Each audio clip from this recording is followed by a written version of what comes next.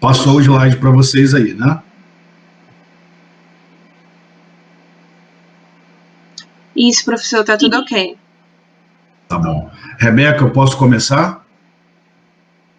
Sim, professor, pode ficar à vontade. Tá bom. Então, mais uma vez, boa noite, obrigado pelo convite.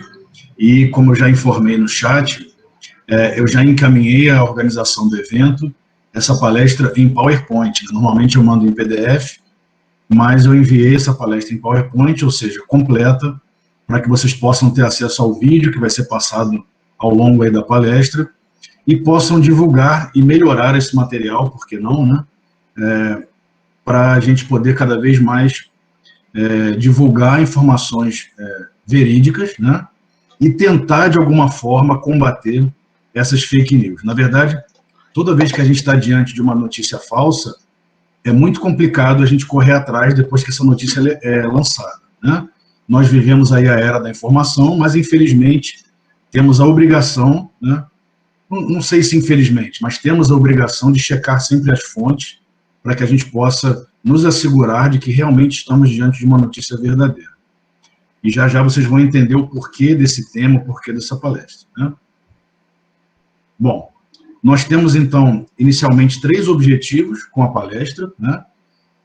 Promover o conhecimento técnico sobre o assunto, Então, de certa forma, a gente vai ganhando, né, conhecimento, vai ganhando experiência e vai, de alguma forma, também processando isso no nosso HD interno aí para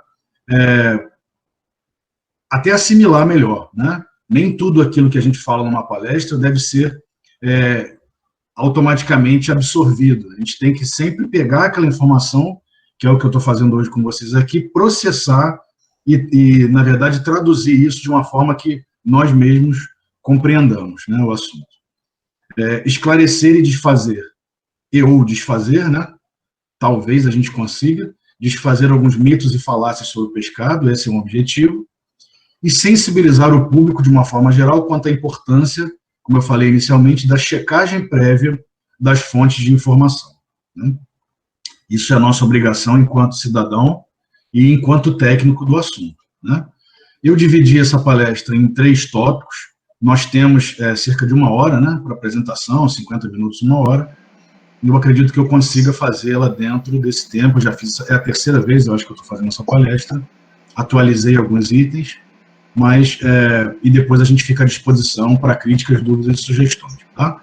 Então a gente vai iniciar por uma introdução, em seguida a gente vai falar de fato sobre esses mitos e verdades sobre peixe de consumo, usando um vídeo que é calunioso, né, que circula na internet, que vocês vão ver que a cada mês que passa cresce o número de pessoas que dão like nesse vídeo, ou seja, que acham que é uma informação fidedigna e vão tomando essa verdade para si, como se realmente isso fosse uma verdade. A gente vai ver hoje que não é, né? Existem até alguns pontos no vídeo que a gente pode considerar como pontos verdadeiros, mas a gente vai justamente hoje mostrar que a grande maioria da parte desse vídeo, que vai funcionar para a gente como um estudo de caso, ele é inverídico, né? E aí a gente termina, então, com algumas considerações em relação à apresentação. Bom, como introdução ao tema, né, aqueles que já viram eu palestrar sobre pescado, né, já devem ter visto eu fazer essa provocação inicial, né? Eu gosto muito de lançar perguntas em aulas, em palestras, porque eu acredito que são as perguntas que movem o mundo, não as respostas, né? O canal Futura se apropria dessa máxima, mas, na verdade, não pertence nem ao canal Futura, né? E eu concordo, a gente realmente tem que lançar perguntas até para nós mesmos, faz parte de uma autoanálise nossa, né? A gente está sempre pensando e se questionando e questionando tudo aquilo que a gente vê, né? Nós que somos estudantes de uma área técnica, né, de uma área que é baseada na ciência, temos que desenvolver esse raciocínio crítico, né, e não aceitar as informações de mão beijada. Então, por que falar em pescado? O pescado, como muito bem colocado por esse portal na internet, Seafood Brasil, ele é, dentro das matérias-primas de produtos de origem animal, aquela que é predominante no mundo, né? Então, muito bem colocado pelo professor Tiago ontem, não é a cadeia de bovino, de frangos e suínos que manda no comércio mundial, é a cadeia do pescado. E quem fala isso não é apenas o portal Seafood Brasil, eles se baseiam na análise de um banco holandês, que é esse banco aqui, Rabobank, que lançou essa matéria, né, lançou, digamos assim, essa provocação no ar no ano de 2014, e ano após ano, eu trouxe essa imagem mais recente, o Rabobank segue informando que o pescado ele está acima de outras cadeias produtivas no mundo, quando a gente fala em volume das exportações e desses valores, né, que transitam aí no mundo nas negociações em relação aos produtos de origem animal. Então, o pescado, de fato, é a matéria-prima mais importante quando nós falamos de cadeia produtiva animal, né? Seja o pescado de origem de produção, de fato, da aquicultura, como aquele de captura. Quando a gente fala do pescado em geral, a gente junta tudo, né? Bom, vocês também devem ter ouvido falar ou devem ter visto que nesse ano, no mês de maio, a FAO, que é o braço das Nações Unidas para a Segurança Alimentar no mundo, lançou um relatório que ela lança a cada 2 anos, ou seja, um relatório bianual, sobre o estado da arte da pesca e da aquacultura. Esse relatório tem esse apelido de SOFIA, né, que é o State of World Fisheries and Aquaculture. Então, é um relatório onde a cada 2 anos ela nos posiciona em relação a essa produção do pescado no mundo, né? Ela fez isso em maio desse ano e publicou, fez uma reunião pública informando os dados desse relatório no mês seguinte, em junho, né? Então, teve uma reunião da FAO e uma das tabelas, né, mais importantes, um dos dados mais importantes desse relatório, sempre é essa primeira tabela que eles apresentam, uma tabela que praticamente sumariza, né? Ela resume muito bem aquilo que vai ser informado, que vai ser discutido ao longo desse relatório. Vejam que o relatório de 2020 vai sempre informar os dados de produção até o ano de 2018. Consequentemente, o relatório de 2018 vai informar o que foi produzido até o ano de 2016 e assim por diante.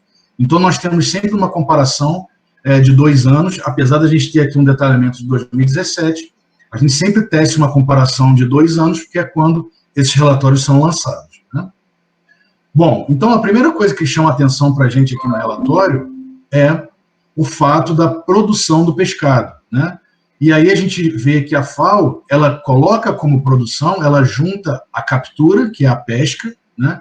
Ou seja, a extração do pescado dos meios naturais, sejam rios, lagos, mares, oceanos, e ela junta isso com a produção da aquacultura, ou seja, de fato o que é produzido, né? E não apenas extraído do ambiente. Mas eles consideram tudo isso como produção, tá? Então, o que é importante a gente verificar nesse relatório? Que a captura, de uma forma geral, a gente vê que aqui tem dados da década de 80, a captura praticamente ela está estagnada há muitos anos, há mais de 20 anos, né?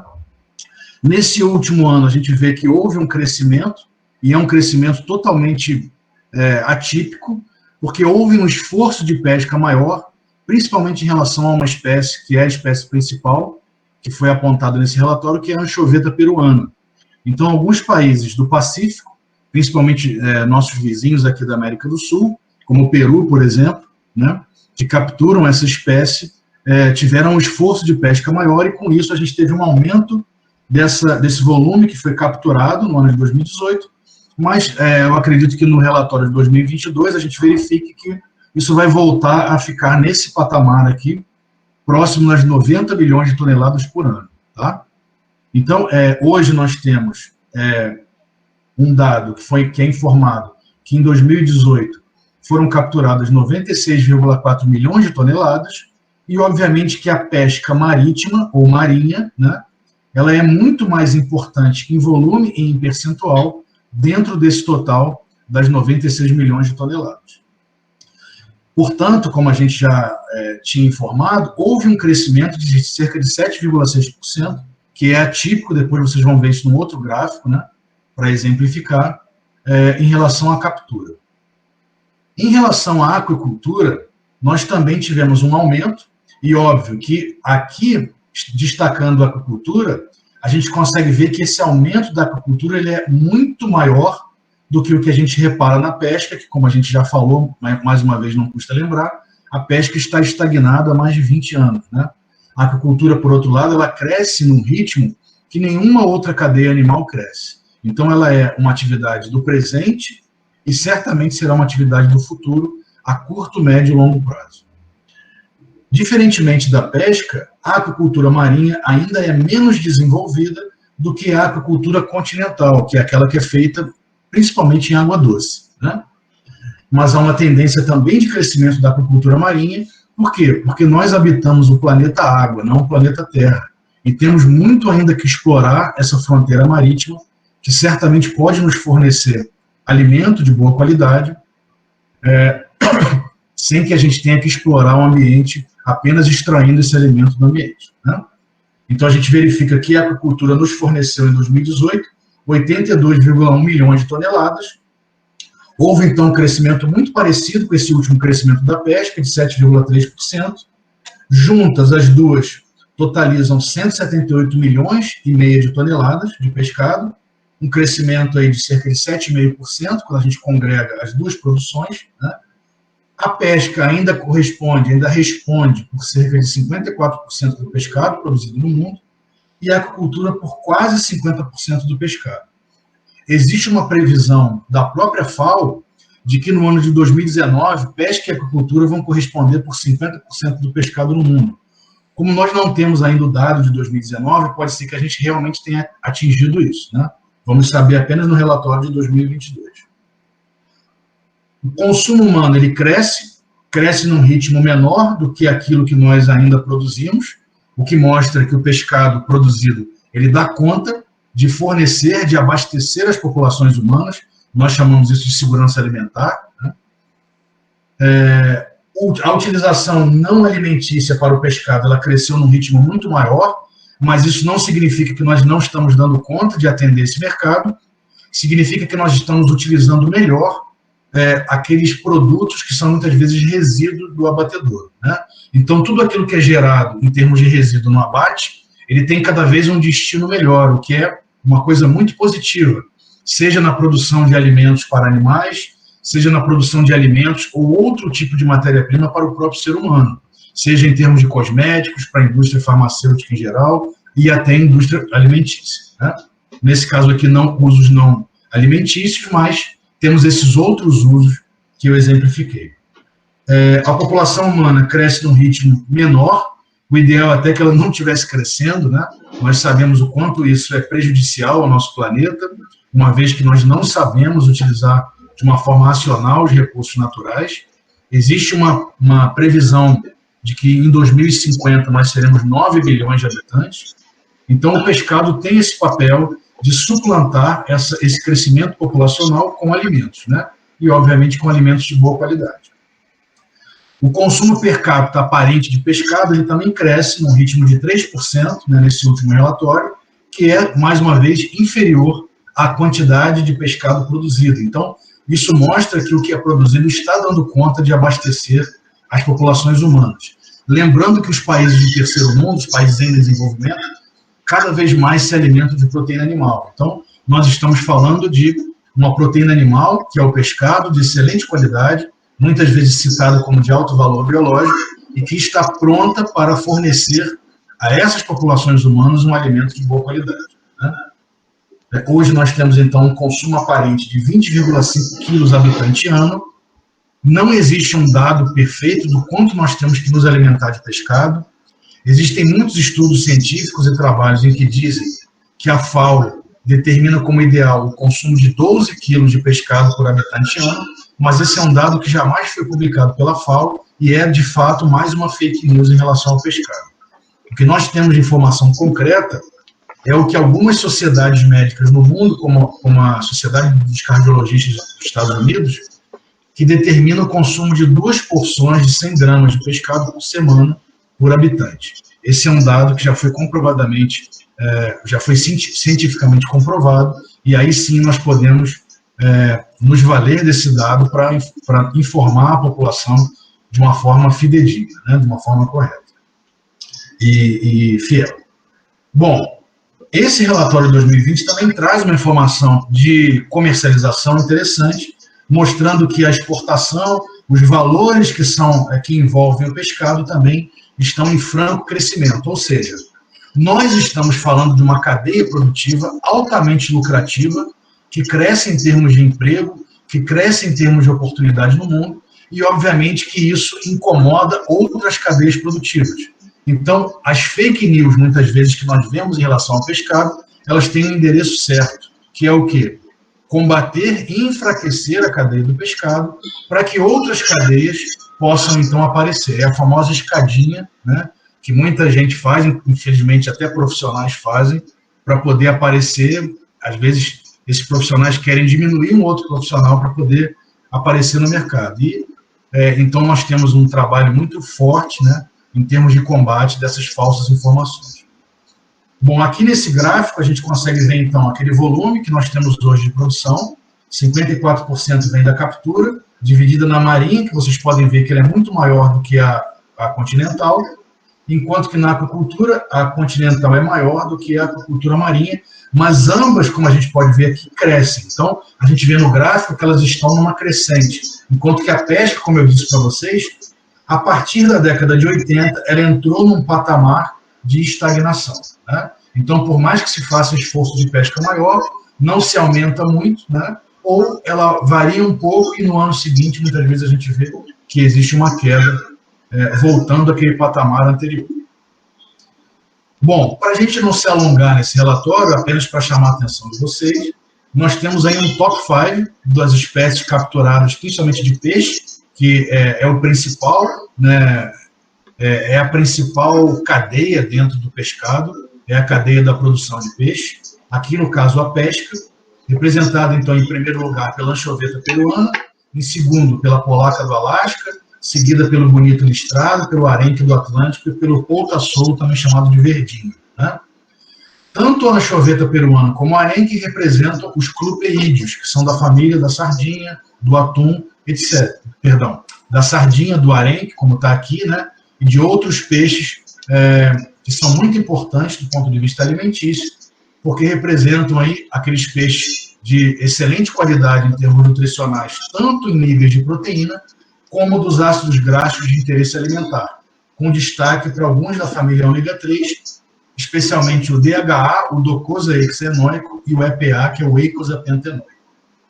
Então, temos dois representantes no top 5 dos clupeídeos, né, da família das sardinhas e afins, um representante dos escombrídeos, que também tem essa excelência em termos de proteína e de quantidade desses ácidos graxos de interesse alimentar, que é o bonito é da família dos atuns e afins, né? E nós temos a polaca e o polta-solo, representando aí peixes magros, da família dos gadídeos, né? Que é a mesma família da merluza e do bacalhau. Tá? Bom, num top 5 do peixe de água doce, nós temos aí encabeçando a carpa-capim, uma espécie herbívora, seguida pela carpa prateada, uma espécie fitoplanctófaga, portanto, uma espécie filtradora, né? A tilápia do Nilo, uma espécie onívora, a carpa comum também uma espécie onívora, lembrando que a carpa comum é um peixe de dupla aptidão, é tanto peixe de corte como peixe ornamental, é a mesma espécie, Cyprinus carpio, e a carpa cabeça grande, que é uma espécie zooplanctófaga, também filtradora, como a carpa prateada. O que a gente pode observar nesse top 5? No Brasil, nós temos a criação de todas essas 5 espécies, e todas são exóticas. Todas as carpas são asiáticas, né? Com destaque para a China e os países vizinhos, e a tilápia do Nilo, como o próprio nome diz, é uma espécie africana. Tá? São as principais espécies criadas no mundo. Bom, esse dado, né, esse slide agora que mostra dados da PeixeBR, que é a nossa Associação Brasileira de Piscicultura, ele mostra que a produção do pescado nacional também cresce. A tilápia hoje representa 57% do peixe produzido no país. Ele teve um crescimento no último ano, só a tilapicultura, de quase 8%. A gente vê que há um crescimento a cada ano da piscicultura nacional. Apenas nesse intervalo de 2015 para 2016, a gente praticamente não teve crescimento, porque nós tivemos grandes secas, aí, principalmente abalando a piscicultura do Nordeste.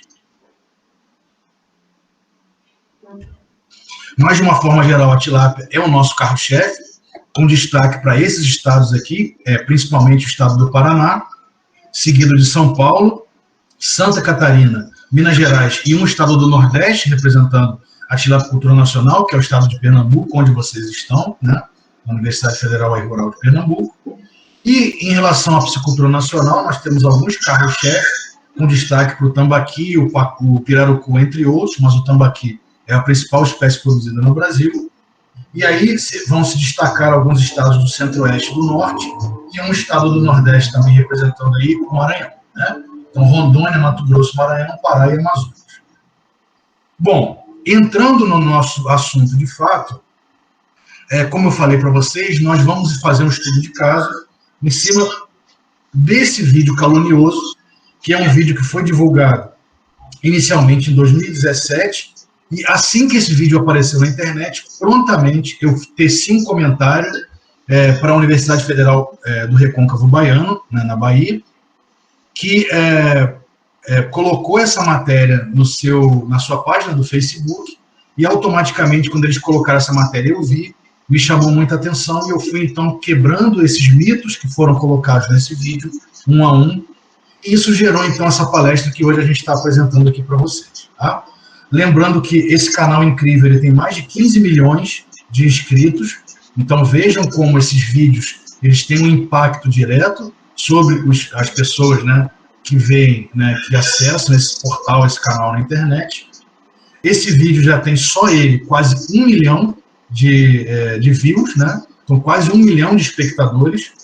E vejam que, por mais que eu e outras pessoas coloquemos aqui o dedinho negativo, né? 19 mil pessoas curtiram o vídeo e apenas 3,2 mil pessoas descurtiram o vídeo, não gostaram do vídeo, né?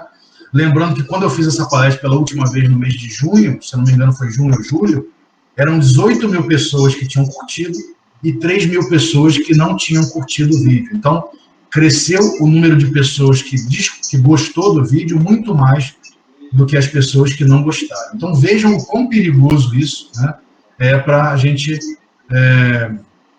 o quão isso é perigoso, de fato, para a nossa... e prejudicial para a cadeia do pescado. Eu vou deixar esse vídeo agora rodar, esse vídeo tem cerca de 5 a 6 minutos, e aqueles que tiverem curiosidade podem fazer as suas anotações aí pessoais, e caso eu não consiga quebrar ou desmistificar alguma coisa presente no vídeo, me chamem a atenção no final para a gente incluir isso numa próxima palestra, e para que eu possa também ajudar a desmistificar isso no momento aí final de dúvidas e sugestões, ok? Então eu vou deixar o vídeo correr. Se vocês não estiverem escutando o áudio, me sinalizem aqui pelo chat, eu não vou interromper o vídeo. Se tiver tudo ok, só digam para mim ali ok no chat, uma outra pessoa já é o suficiente para eu deixar o vídeo rodar e a gente manter a apresentação em curso, ok? Então vou colocar ele aqui para rodar e vamos então ver esse absurdo aqui que foi veiculado, né, na mídia e que até hoje está aí sendo propagado.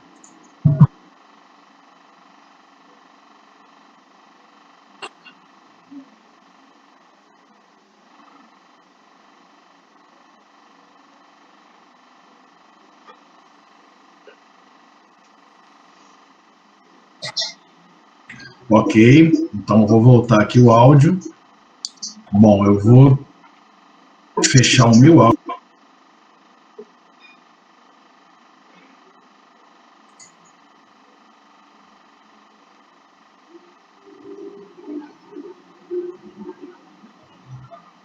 Me digam, por favor, se vai ficar, se vai aparecer agora o áudio, por favor.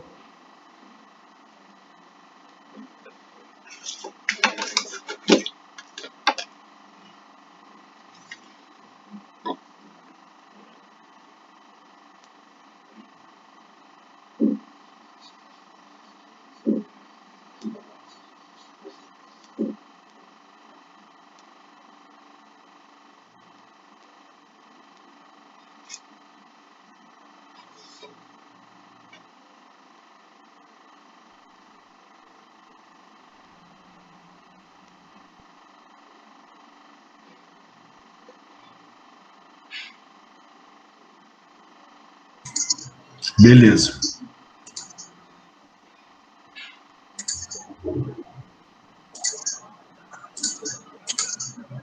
Bom, eu vou fazer uma nova tentativa aqui, tá? Colocando esse vídeo direto. Deixa eu ver. Tem que catar ele aqui na minha pasta. Deixa Deixa eu ver se eu acho.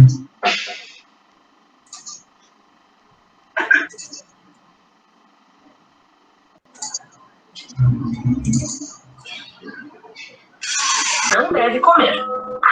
Todos sabemos que peixe é delicioso e saudável. No entanto, existem certos peixes que farão mais mal do que bem para a sua saúde. Aqui estão 9 tipos de peixes que você nunca deve comer ou comer raramente. Alguns tipos de peixes não são recomendados para crianças e adolescentes. Assista a vídeo e cuide de si. Número 9.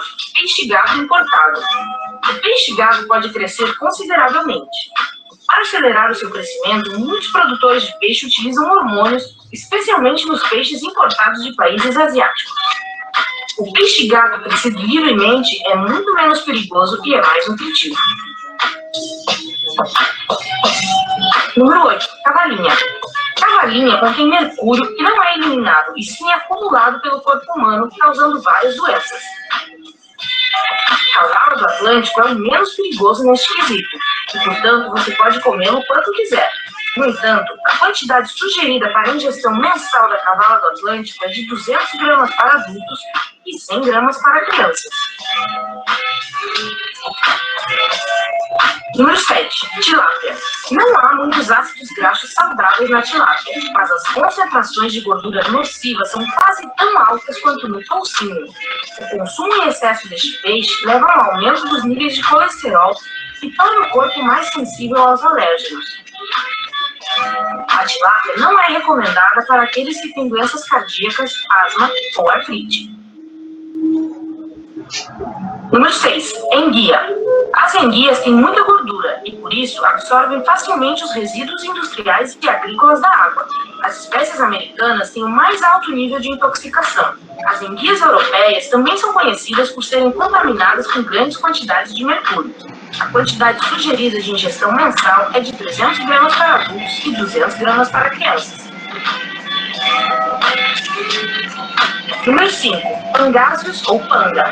A maioria dos pangas que vemos em nossas lojas é trazida do Vietnã, ou seja, do rio Mekong, que é considerado uma das massas de água mais contaminadas do mundo. Além disso, o filé de panga contém um nível elevado de nitrofurazona e polifosfatos, carcinógenos.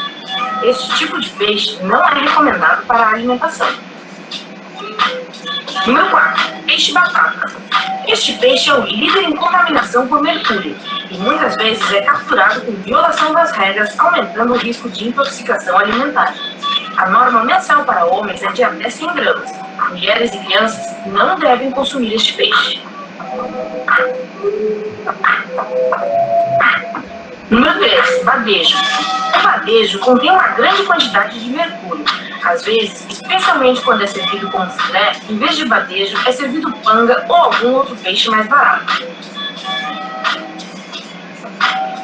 A quantidade mensal para adultos é de até 200 gramas e para crianças, 100 gramas.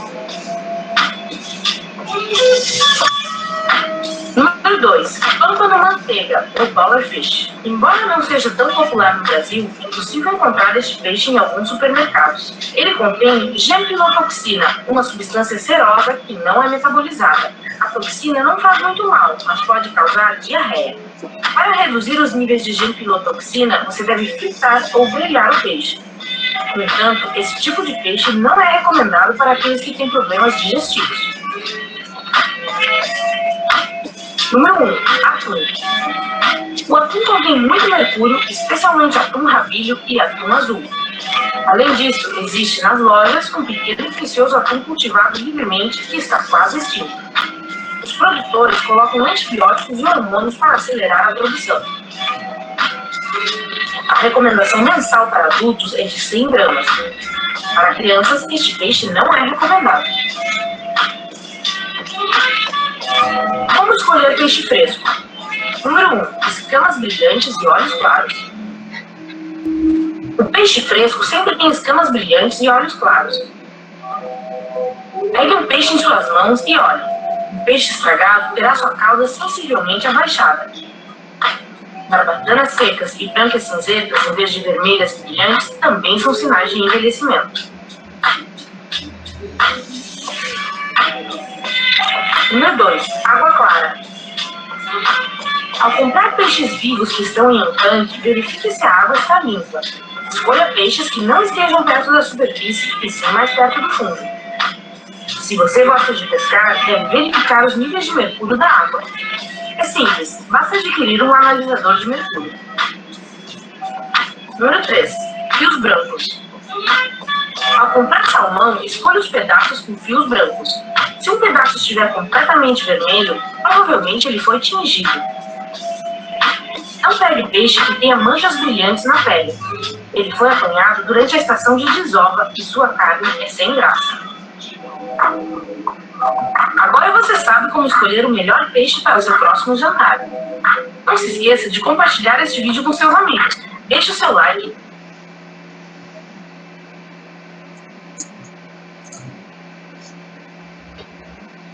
Eu vou voltar a minha apresentação agora, deixa eu voltar ela aqui. Vamos ver se a gente consegue, se está tudo certinho.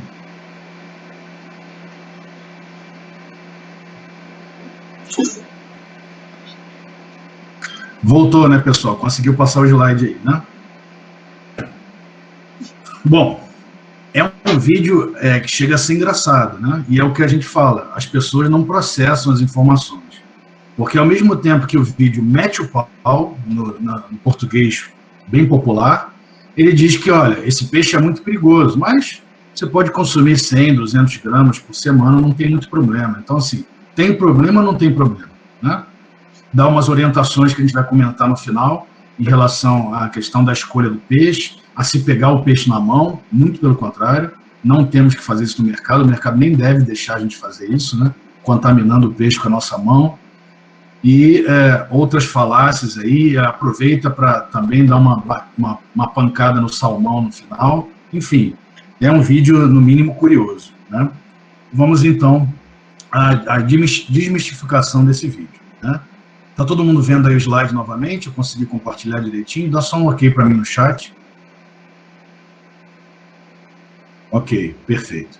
Bom, então, como eu disse a vocês, eu fiz um texto, né? Esse texto foi para a página da UFRB e um engenheiro de pesca de nome Guilherme Yoshio pegou esse texto que eu fiz e colocou como resposta a esse vídeo do Incrível na internet, né? Ele fez aqui uma referência, né, dizendo que fui eu que elaborei o texto, mas ele publicou lá, enfim, e tem muito mais curtidas nesse comentário do que qualquer outro do vídeo. Então, pelo menos, quem se dá o trabalho de ler algum comentário do vídeo consegue ver que esse vídeo é altamente calunioso, né? Bom, então vamos lá, uma a uma vamos tentar derrubar esses mitos. Então, o primeiro deles, a gente vê que o primeiro apresentado é o peixe-nove, seria o peixe-gato, né? Peixe-gato, do inglês, catfish, são os bagres de uma forma geral, né? São esses peixes que têm essa barbelazinha, são peixes que nós chamamos popularmente de peixes de couro, são peixes que não têm escamas, né? E a gente conhece isso, então, popularmente como peixe de couro. Bom, primeira coisa que eu gostaria de deixar para reflexão de vocês. O Brasil é um grande importador do panga, ou pangaços, que é um peixe produzido na Ásia. Hoje ele já é produzido no Brasil também. Na verdade, ele é produzido no Brasil há muitos anos como peixe ornamental, mas hoje já existem produções, com destaque para São Paulo, desse peixe em cativeiro voltado para o corte, tá? Então, eu não vou entrar muito no detalhe do peixe-panga, porque eu vou voltar, quando a gente falar do peixe número 5, a gente vai voltar a explorar mais essa característica do panga, né? E como foi falado no vídeo, é um peixe que vem da Ásia, a gente sabe que, na verdade, essa imagem não corresponde ao panga, e aonde eles querem bater, de fato, é no peixe-panga, tá? Bom, qual foi o problema apresentado, então, pelo vídeo, né? Que esse peixe era criado com hormônio. Aí cabe uma primeira pergunta para a gente refletir. Nós podemos criar animais com hormônio no Brasil? Não podemos. A nossa legislação não permite isso. Então, a primeira coisa que nem podemos criar e nem podemos comprar, da mesma maneira, né, um animal que tenha sido criado com hormônio. Então, isso é ilegal, não é permitido pela legislação, e como vocês, zootecnistas, sabem muito bem, de tempos em tempos nós temos que voltar aí à mídia e conversar com as pessoas, né, os conhecidos, explicando que o frango não tem hormônio e que nenhum outro animal possui hormônio na sua produção. Agora, cabem algumas perguntas, porque muitas vezes a gente fala isso para as pessoas e as pessoas não acreditam, né? Aí cabe outra pergunta: é viável? A metodologia de aplicação de hormônio num peixe seria viável? Vamos pensar nisso. Como é que a gente aplicaria isso? Por meio oral, na ração? Bom, se a gente vai colocar um hormônio na ração, é um hormônio que é lipofílico, hidrofílico, né? Como é que isso vai ser incorporado na ração? E em segundo lugar, todos os animais vão receber uma quantidade mínima de hormônio suficiente para resultar numa resposta, digamos, em termos de crescimento, né? É uma pergunta que a gente tem que fazer para essas pessoas que pensam que é possível se colocar hormônio dentro da produção de aves ou na própria produção de peixe, né? Uma outra pergunta que cabe também em relação à viabilidade, não só técnica, mas econômica.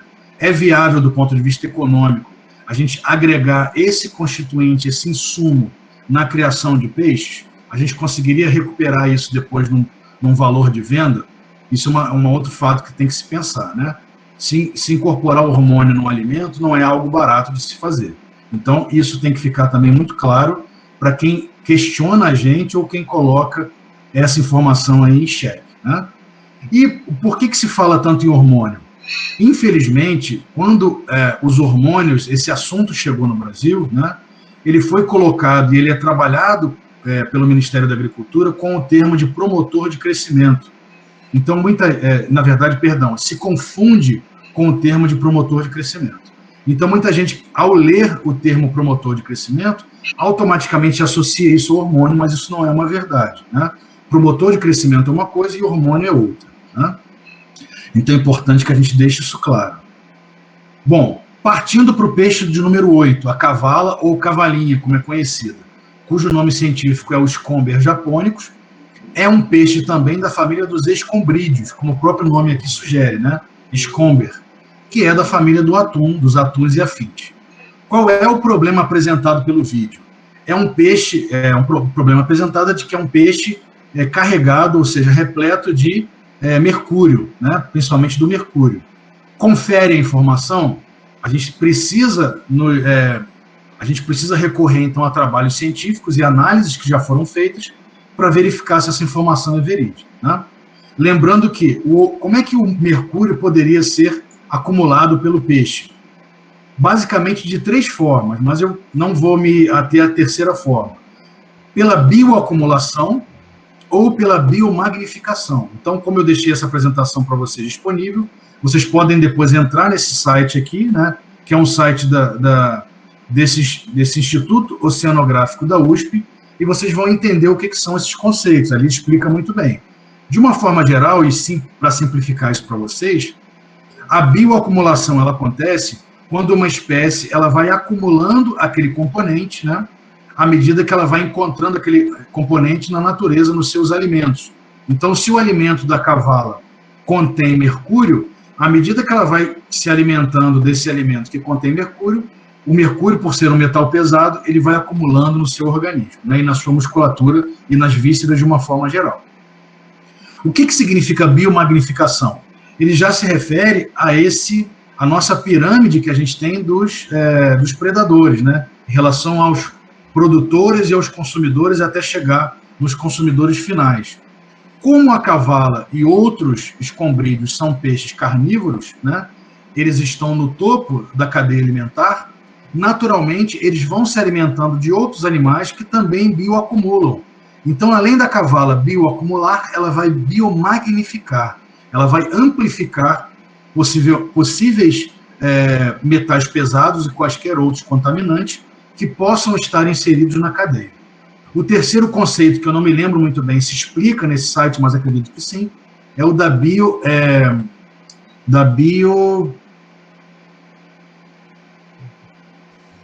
Bom, me faltou o termo. Daqui a pouco ele aparece aqui na minha cabeça, né? Daqui a pouquinho ele vem, né? Que também é importante para a gente discutir. Bom, então, como eu disse a vocês, a gente não pode se basear em achismo, não pode se basear no que o vizinho falou, ou do que a gente viu num site que não tem uma informação cientificamente embasada, né? E aí eu trago para vocês um trabalho de uma equipe de Portugal, liderada pela doutora Maria Leonor Nunes, né? Essa professora, que é uma investigadora, uma pesquisadora da área do pescado, constantemente realiza trabalhos nessa área de metais pesados e ela vem ao Brasil com frequência. Ela normalmente está presente nos simpósios, nos Simpesca, né? Nos simpósios do pescado que são feitos pelo Instituto de Pesca em São Paulo. Tá?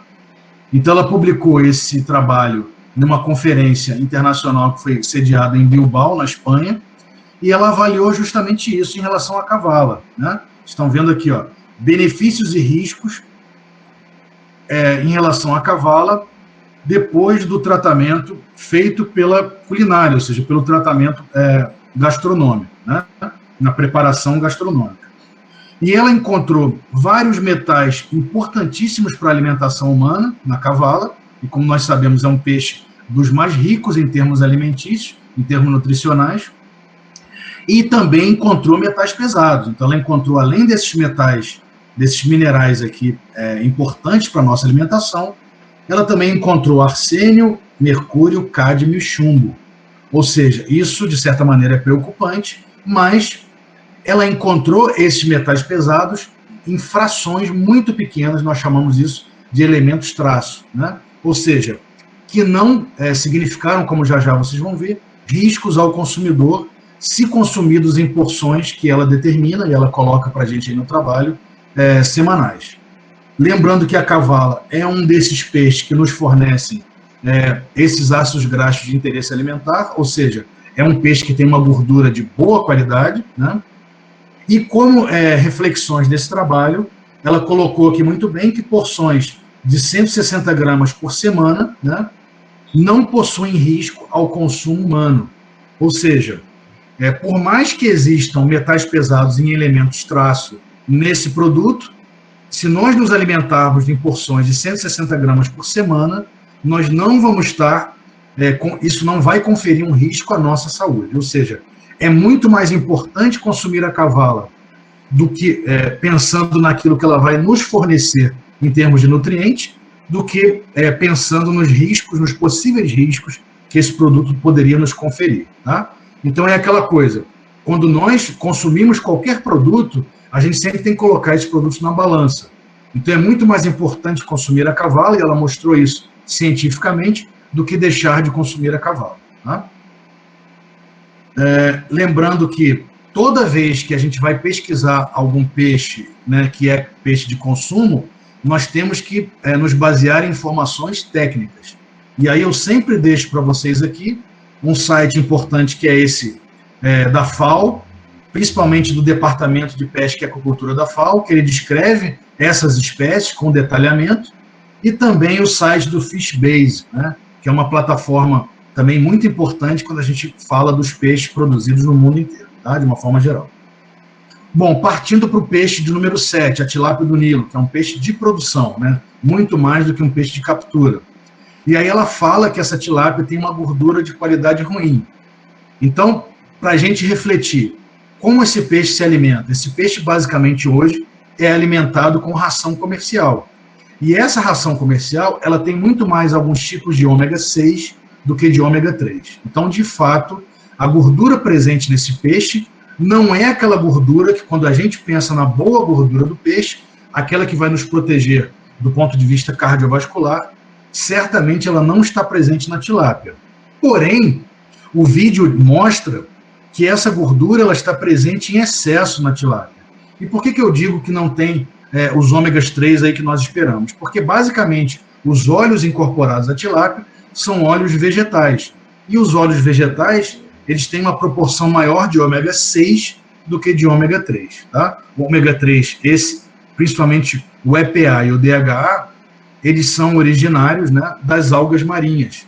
Então, por até uma bioacumulação, a gente vai ter ele mais presente, né? Bioconcentração, lembrei do outro termo, do terceiro termo aqui.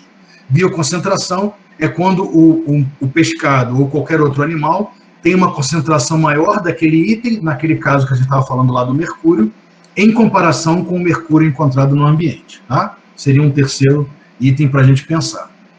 Então, o que a gente vê de fato? A tilápia não é um peixe gordo.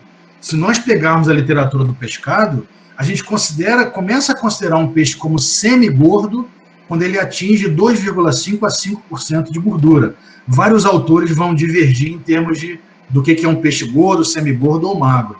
Mas, de uma forma geral, a partir de 2,5 gramas, ou seja, 2,5 a 5, a gente vai ter um peixe semi-gordo.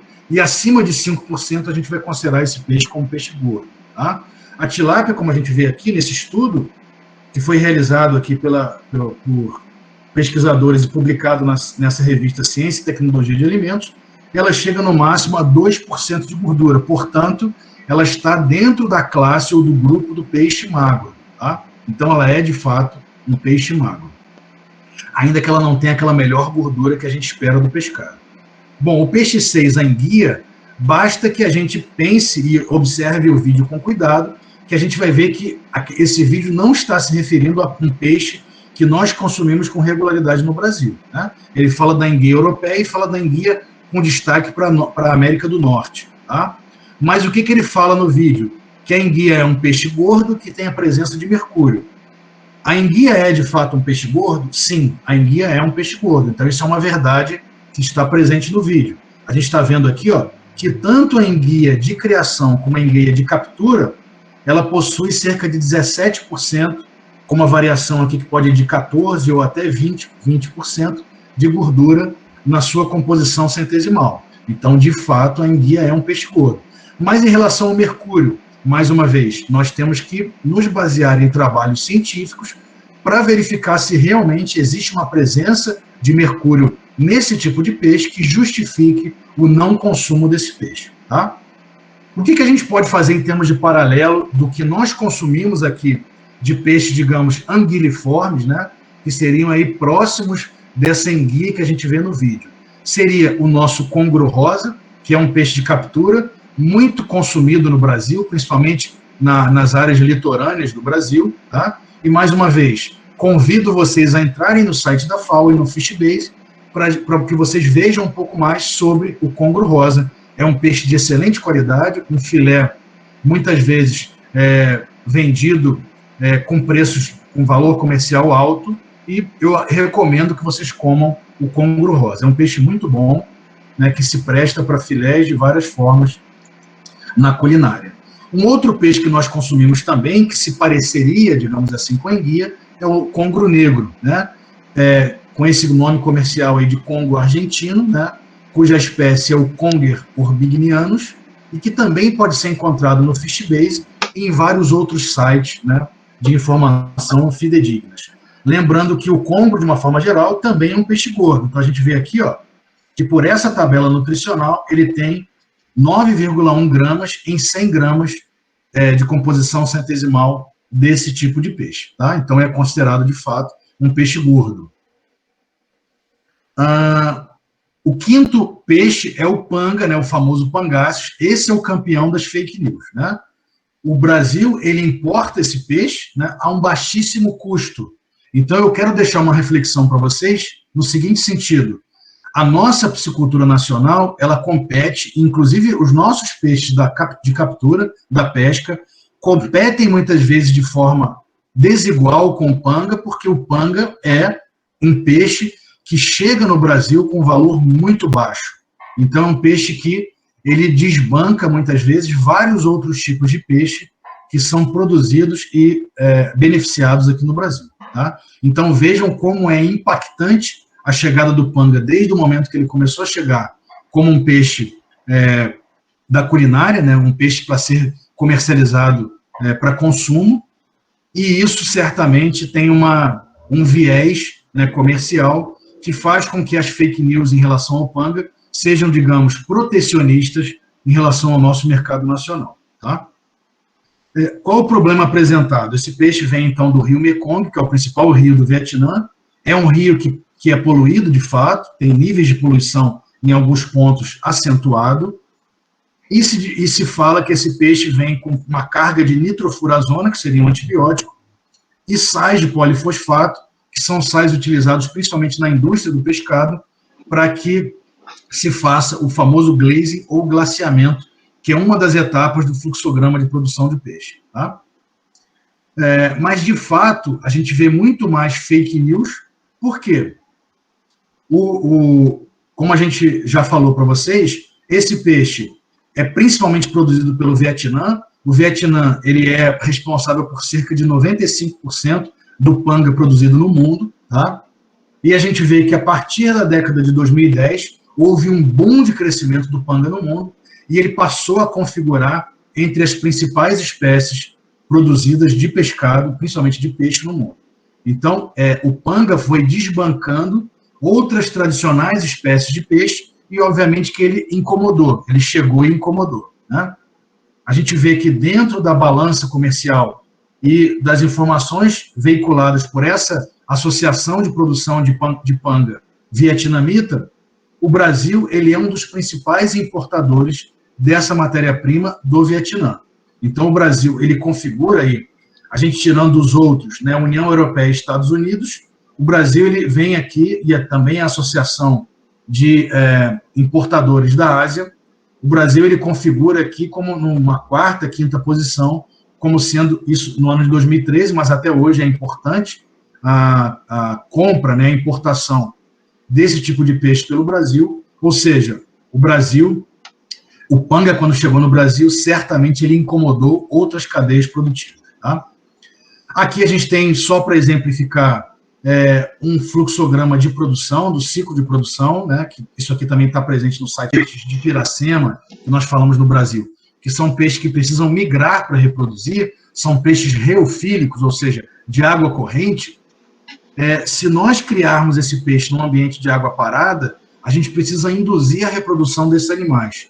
Eles não vão reproduzir por si só, tá? Então, quando a gente fala do panga, ele é um peixe que a reprodução ela precisa ser induzida, tá? Então, se alguém falar de produção, de colocação de hormônio no panga, vejam que isso se restringe à reprodução, não à produção do peixe em si. Aqui a gente tem algumas imagens mostrando que, sim, no passado, esse peixe foi criado em gaiolas, em tanques-redes, no próprio rio Mekong e em alguns afluentes desse rio Mekong, mas hoje ele é predominantemente criado em tanques, como é feita a nossa piscicultura aqui no Brasil e em vários países do mundo, tá? Lembrando que no passado se utilizava aí, alguns outros consórcios, né, ou policultivos desse peixe com marreco de Pequim e outros tipos de animais, mas hoje essa produção ela é intensiva, né, super intensiva, a gente poderia dizer, mas é baseada em parâmetros zootécnicos de excelência, tá? Bom, é um peixe que tem uma série de vantagens, né, e a produção é um peixe que foi muito bem aceito pelo mercado brasileiro, por quê? É uma carne branca, é uma carne que apresenta um rendimento de filé de cerca de 30%, compatível com outras espécies como a própria tilápia, tem um custo de produção baixo, porque é uma espécie onívora, né? Tem uma boa aceitação pelo consumidor, muitas vezes ele é até vendido como fraude, como linguado, porque as pessoas até compram a ideia realmente de que estão consumindo linguado, e é um produto que consegue competir com a carne de frango, coisa que o pescado, de uma forma geral, não consegue, né? Então, a gente tem algumas espécies de peixe que têm um bom valor de mercado, que conseguem competir com o peixe do frango, com o preço do frango, perdão, mas nem todas conseguem isso. E o panga consegue essa façanha, né, de ficar próximo aí ao frango. Então, é um peixe que tem alto giro de prateleira, tem um alto giro no varejo, tá? Bom, essas imagens que a gente vê, né, de fake news do panga, elas não são novidade, né? A imagem internacional do produto, ela foi queimada e há uma tentativa global de tentar queimar a imagem do produto, né, dizendo que é um peixe criado em alta densidade, de fato ele é, e dizendo, então, que ele é um peixe produzido em áreas poluídas, né? Com isso, foi criada uma comissão, né, que foi chamada aí de Mekong River Commission, em dezembro de 2013, e foram implantadas algumas ferramentas de qualidade, dentre elas a ISO 22005 e a ISO 12875, para que a cadeia de produção do panga no Vietnã fosse modernizada, tá? Então, com isso, hoje, né, a gente está vendo aqui algumas outras imagens, vocês já devem ter visto isso na internet, né?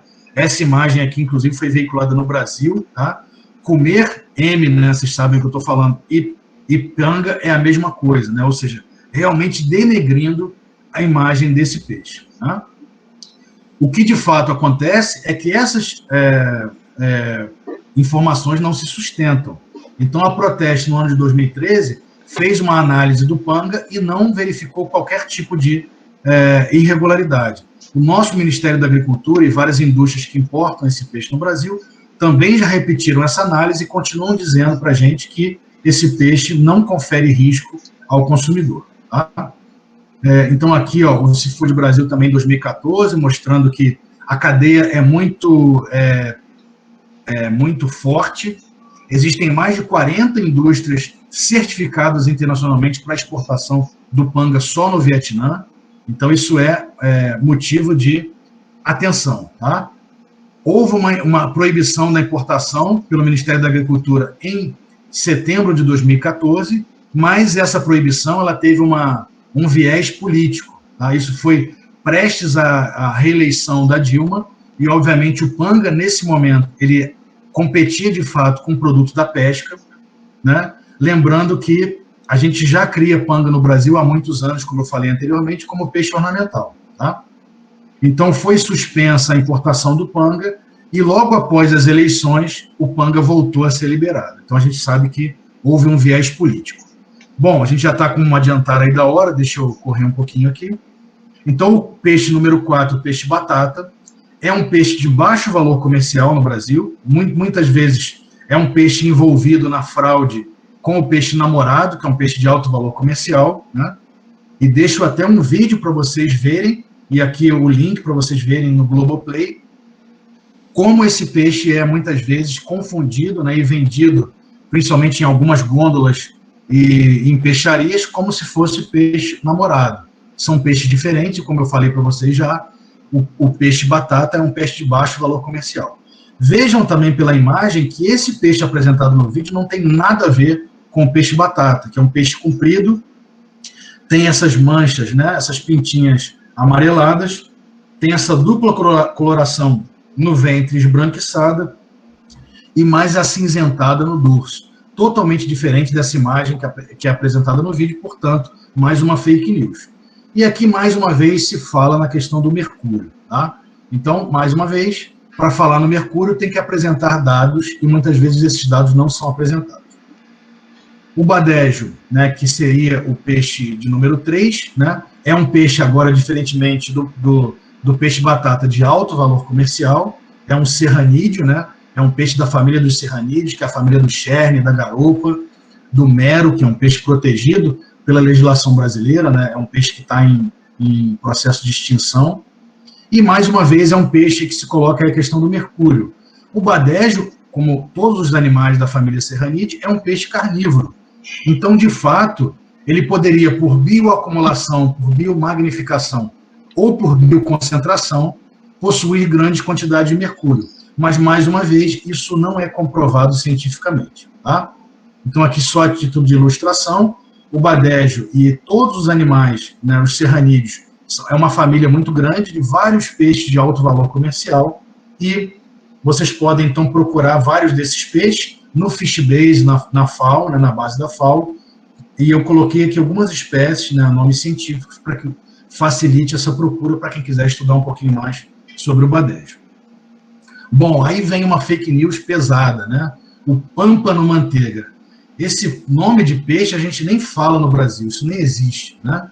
E o que eles estão querendo mostrar, de fato, é essa questão da presença da gempilotoxina, que é uma substância, um éster, que não é digerido pelo nosso organismo de fato, e se a gente se alimentar dos peixes com a presença dessa toxina, obviamente que a gente vai ter problemas, de uma forma geral, digestivos, né?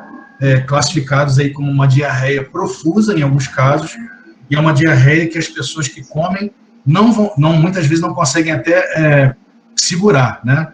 E a pessoa come no restaurante, em questão de minutos, ela nem tem tempo, às vezes, de chegar em casa, no local, e, de fato, acontece ali um acidente até no meio da rua. Só que esse peixe, na verdade, ele existe, né?